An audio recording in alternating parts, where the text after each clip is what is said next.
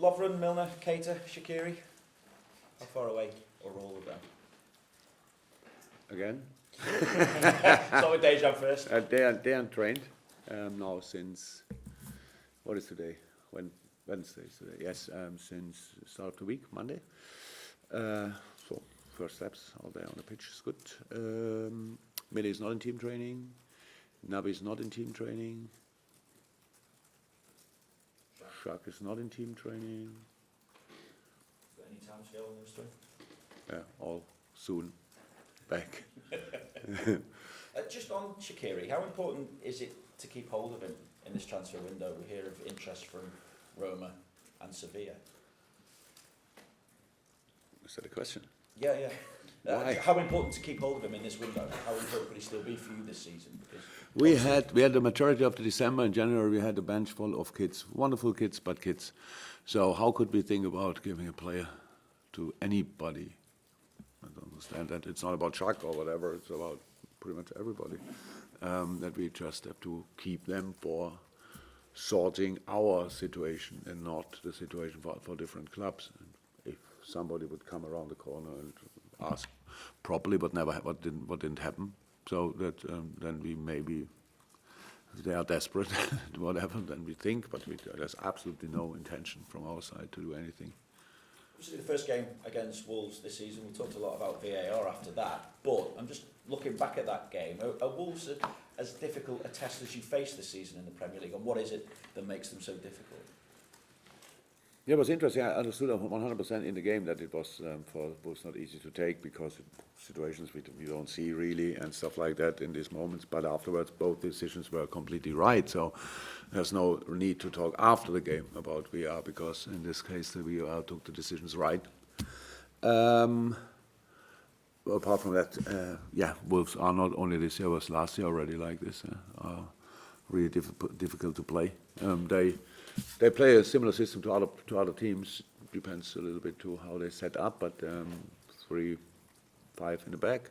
But they do it differently. Cody has a different role. They make the pitch really big, ask you for a lot of footwork. I would say you have to run a lot, and that's normal and good, and it's their way to play. But there are, of course, like for us, there are solutions for that, but not without working a lot. So you cannot play on a 50-60% basis against Wolves and have absolutely no chance. And that's a challenge for that game. Hello. Hi. Fabinho got a taste the other day. How close is he to starting, and how good to have him back?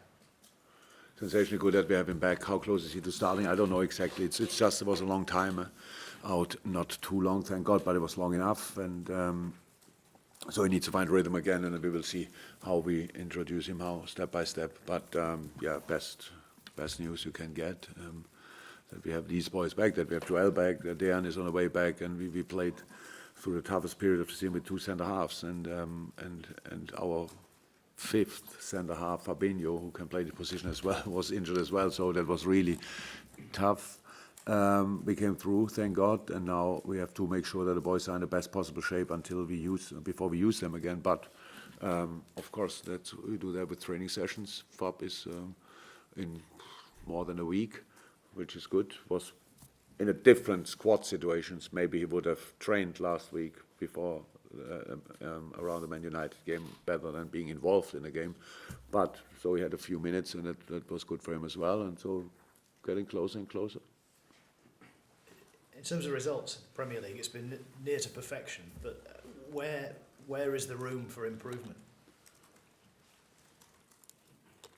Concentration level. So the last 5 minutes of the first half maybe, and second half it was longer, 20 minutes. When United came up, the game should have been decided already. But and I get it 100%. It's a lot of times we're all human beings, and that's normal. We do a lot of things right, so in the right way. Dominate the game in a way which maybe it's not. You cannot really expect before the game. but do that, but you don't finish the situations off. So that keeps the game open. And then the quality in the Premier League is just too high that you can, I don't know,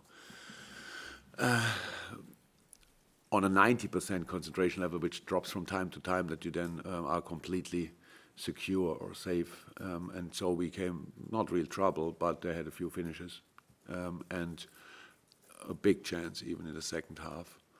And that's the situation. So there's a lot of space for improvement. What can we do in situations like that? How can we help ourselves? How lively can we stay even without creating constantly, without preparing constantly, direction, stuff like that. So we need to find a common way in these situations to still dominate the game in a just slightly different manner. That's it. Jurgen, when you break the transfer record, world transfer record for a goalkeeper, you're expecting to bring somebody in who's special. But Alisson last season was great. This season maybe even better. I think since Wilfried Zaha scored for Crystal Palace in November, he's saved the last 18 shots that have been on target. Impressive by anybody's standards. Has he exceeded even your expectations from when you brought him in, and in what way? As a goalkeeper, we knew what we get. Okay, yes, he made steps, which is normal in his life and with the training he gets with John and Jack. As a person, yes, he has exceeded the expectation because an outstanding guy. It's just, you cannot imagine that a professional football player, we have a lot of really good guys, but he's a very special person. And that's great, yes.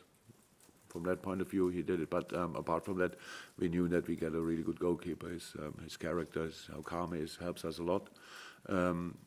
His goalkeeper techniques improve, making these difficult things looking easy. But you have to stay like this. For goalkeepers, you make one little mistake and the ball is in the goal. And that is the life of goalkeepers. They have to live with that. They can live with that, but it's still... I know Ali doesn't take it for granted, or I don't take it for granted, so that's how it is. Fantastic boy, fantastic goalkeeper. Good to have him here. And when you play for a top team as a goalkeeper, you're not in the action all of the time, or you're in the action less of the time, which makes it almost more impressive, particularly his recent record, because, and you spoke before about concentration levels, the levels of concentration have to be at the highest possible level if you're only brought into the game once or twice and still produce the goods. So where do those special concentration levels come from? That's his personality. Yeah? That's his personality. He's like this. He's a very calm person. So family guy, good friend, stuff like this. So he's not easy to excite, I would say. So no, but he is in the game. He knows the game for long. He had a different career to other careers, I would say. He was not with 18 already the number one pick for everybody. He had to work. His brother's a goalkeeper as well. I'm sure he helped him a lot. So just it's about knowing the job. They're absolutely completely. It's maybe you can compare it with a centre half. In a really good team, you have the ball more in your feet than you have actually defensive challenges. But when you have a defensive challenge, then it's the most important in the whole game. So that's a similar job to do. And yeah, you need a specific personality for that, and thank God our boys have that. You said that Alisson's got a personality that means he's not easy to excite, but he looked pretty excited on Sunday. Yeah. It was great. Best thing was that it was the first there. So that just showed it was so late in the game that all the others thought, okay, it's a bit tough to sprint there, but he had he had still the power. Yeah, it was a nice situation. I didn't see it in the game actually. I saw it later. So good.